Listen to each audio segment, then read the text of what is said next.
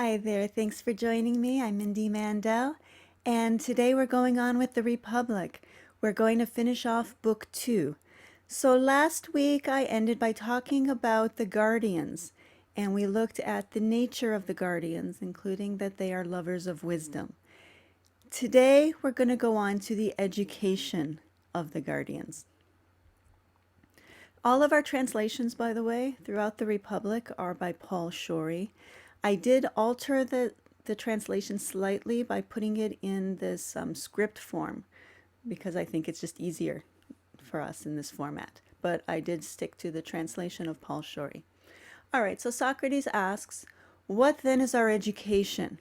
Or is it hard to find a better than that which long time has discovered, which is, I suppose, gymnastics for the body, and for the soul, music. Now, if you've seen my last two videos, then you know that I do not read this dialogue as a political dialogue. Of course, on the surface it is, and there are things here that you can apply to politics, but it is not the focus. Socrates sets up an analogy of the city to the soul because he wants to look for justice in the soul. And one thing that I stressed last week, in the video I did last week, was that the way he sets up the city is not necessarily the way he would truly set up a political system. We don't actually know what he would do if he was setting up a true political system.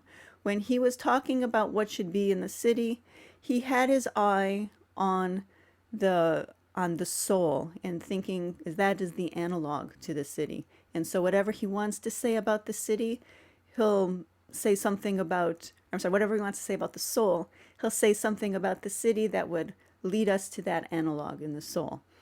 Gymnastics and music is a good example of that.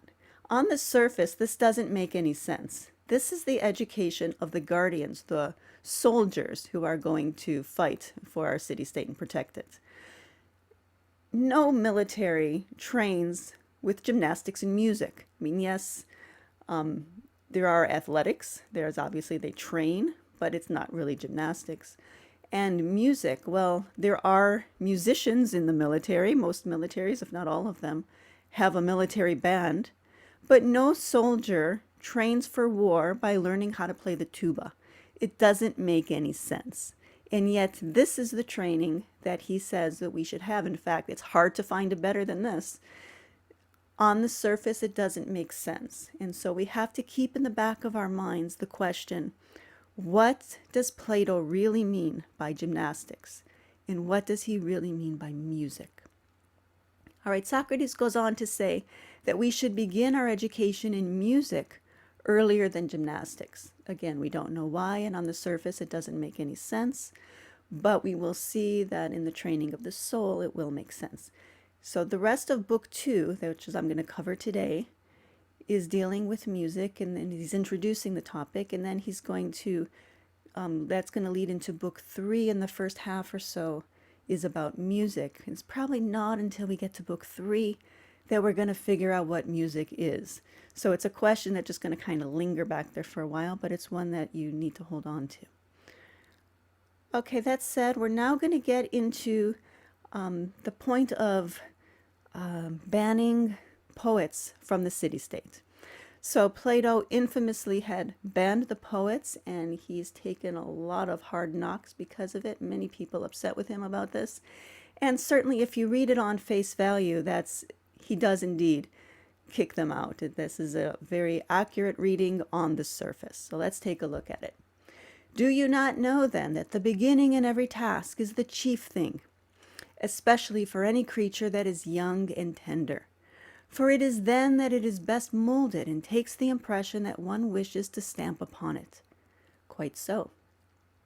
Shall we then thus lightly suffer our children to listen to any chance stories fashioned by any chance teachers, and so to take into their minds opinions for the most part contrary to those that we shall think it desirable for them to hold when they are grown up? By no manner of means will we allow it. We must begin then, it seems, by a censorship over our story makers, and what they do well we must pass, and what not, reject.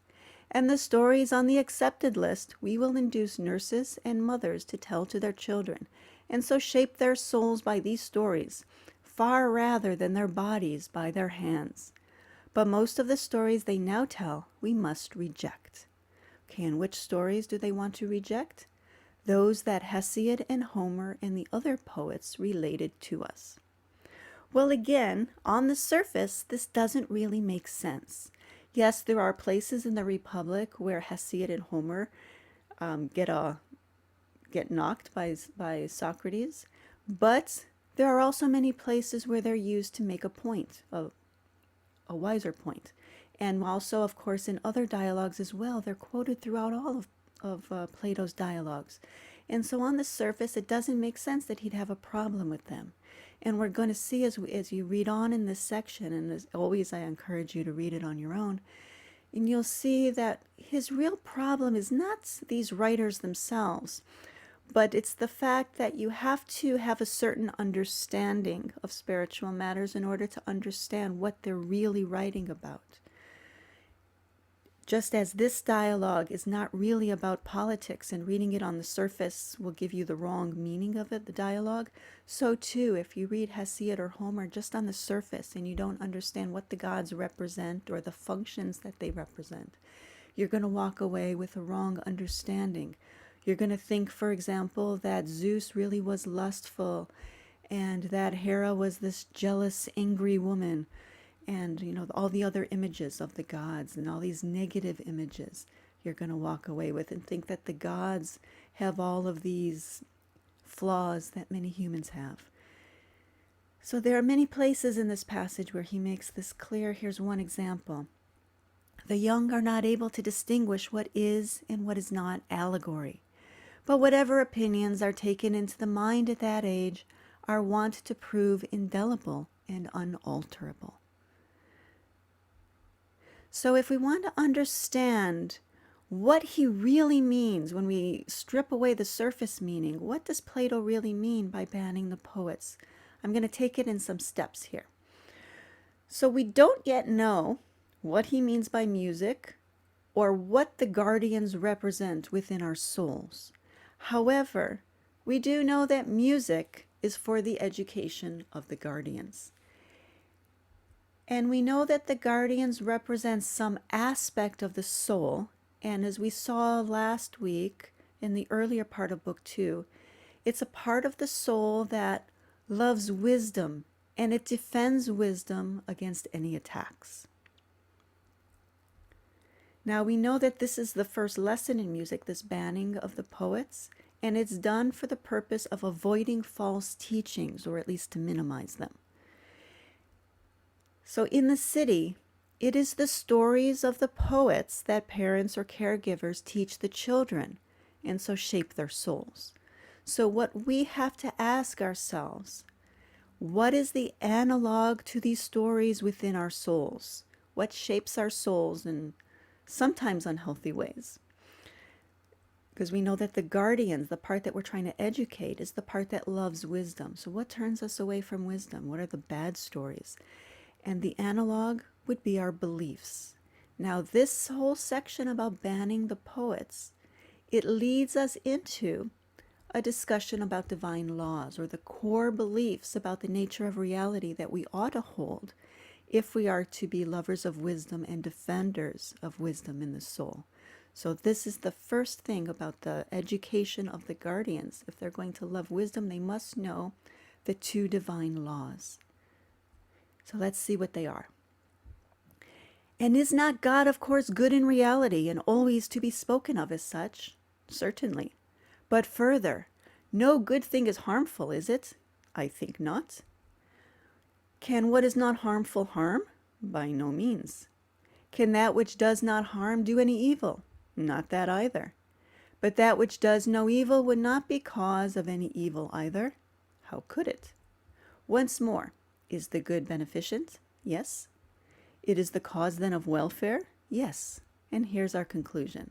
Then the good is not the cause of all things, but of things that are well it is the cause. Of things that are ill it is blameless. I'm going to talk about this conclusion in just a minute, but I do want to jump back to the very first line because it can be a little misleading. Is not God, of course, good in reality and always to be spoken of as such?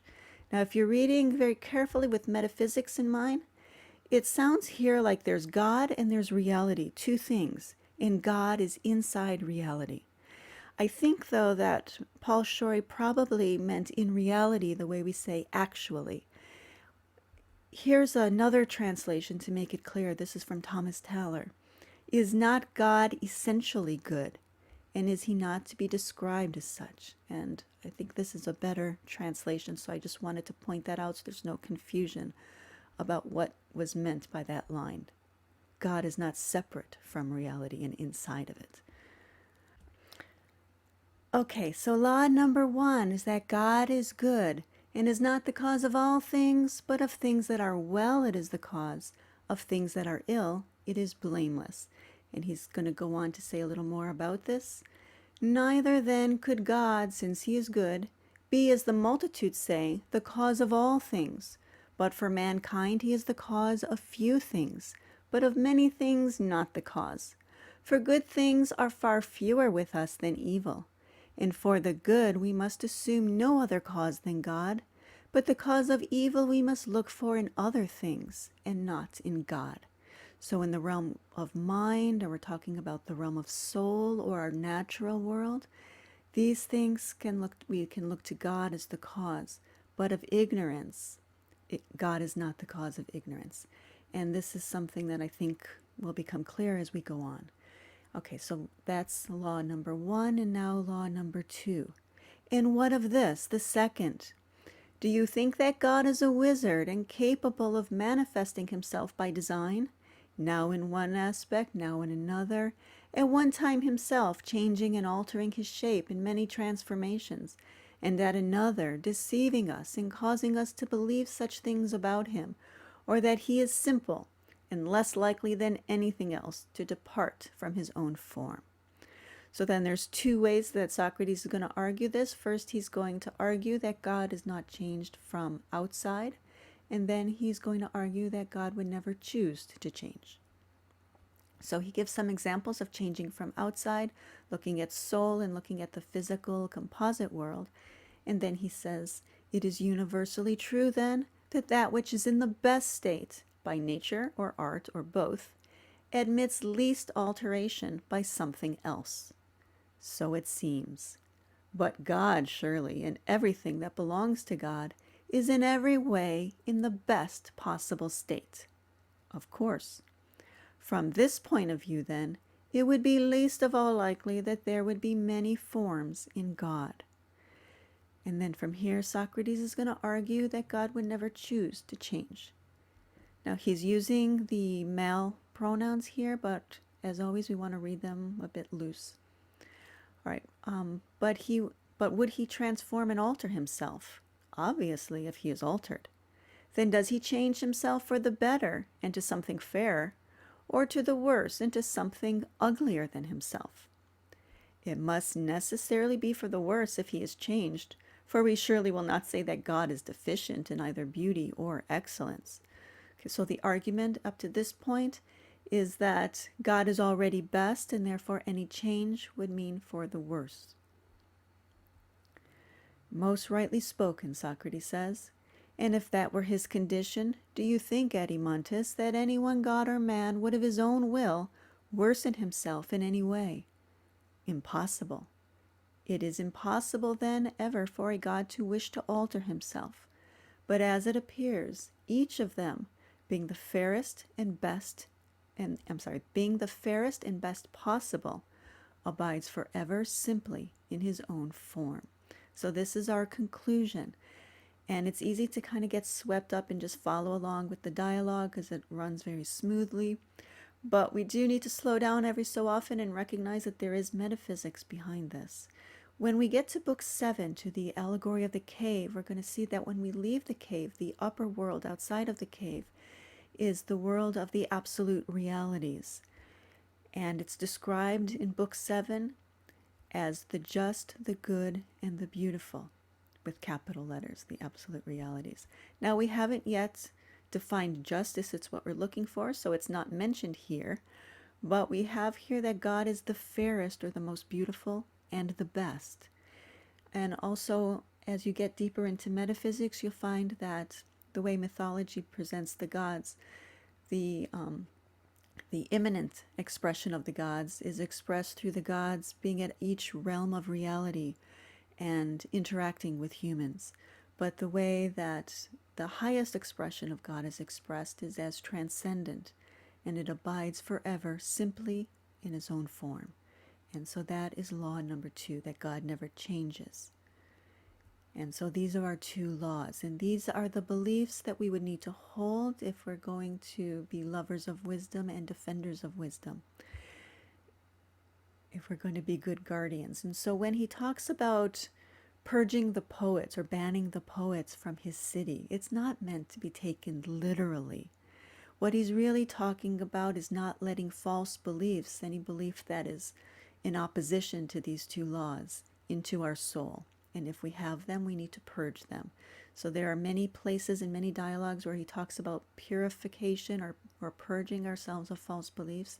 He expresses the idea in many different ways, and this is how he expresses it here. What we really want to cut out of our soul or avoid bringing into our soul is false belief. And he goes on to say, don't you know that the veritable lie, if the expression is permissible, is a thing that all gods and men abhor? What do you mean? This, that falsehood in the most vital part of themselves and about their most vital concerns is something that no one willingly accepts, but it is there above all that everyone fears it. I don't understand yet either. That is because you expect me of some grand meaning, but what I mean is that deception in the soul about realities, to have been deceived and to be blindly ignorant, and to have and hold the falsehood there, is what all men would least of all accept, and it is in that case that they loathe it most of all. Quite so. But surely it would be most wholly right, as I was just now saying, to describe this as in very truth falsehood, ignorance namely in the soul of the man deceived. For the falsehood in words is a copy of the affection in the soul, an after-rising image of it, and not an altogether unmixed falsehood. So what he's stressing here is that the falsehood that he's talking about is not in our actions. That's just a manifestation of our beliefs. What he's focused on is ignorance in the soul, because our words, our actions are just manifestations of these beliefs in the soul. And that's why this analogy of the city to the individual is really an analogy of the city to the soul, because for Plato, the soul is our essence, and it is the soul that we need to educate in order to develop the virtues. So this is here he's talking about humans, that we can have falsehood in the soul, but he did say at the beginning of this whole quote that it is both gods and men who abhor this kind of falsehood. While humans can hold this falsehood, gods do not. And so just to wrap up book 2, he goes into a discussion of this and concludes, so from every point of view, the divine and divinity are free from falsehood. And this brings us to the end of book 2. Here again are the 2 laws that we looked at, and we're going to see that this is the basis on which he continues the study of music in book 3. And that's what I'm going to talk about next week, and I do hope you'll join me. And as always, please think about subscribing if you don't already, because I do put out a new video each week, and you can get a notification of that. Also, please like and share with your friends, and also feel free to leave comments. I always enjoy your questions. Please, you can leave a comment below or send me an email, and I do hope you'll join me next week. Thank you very much.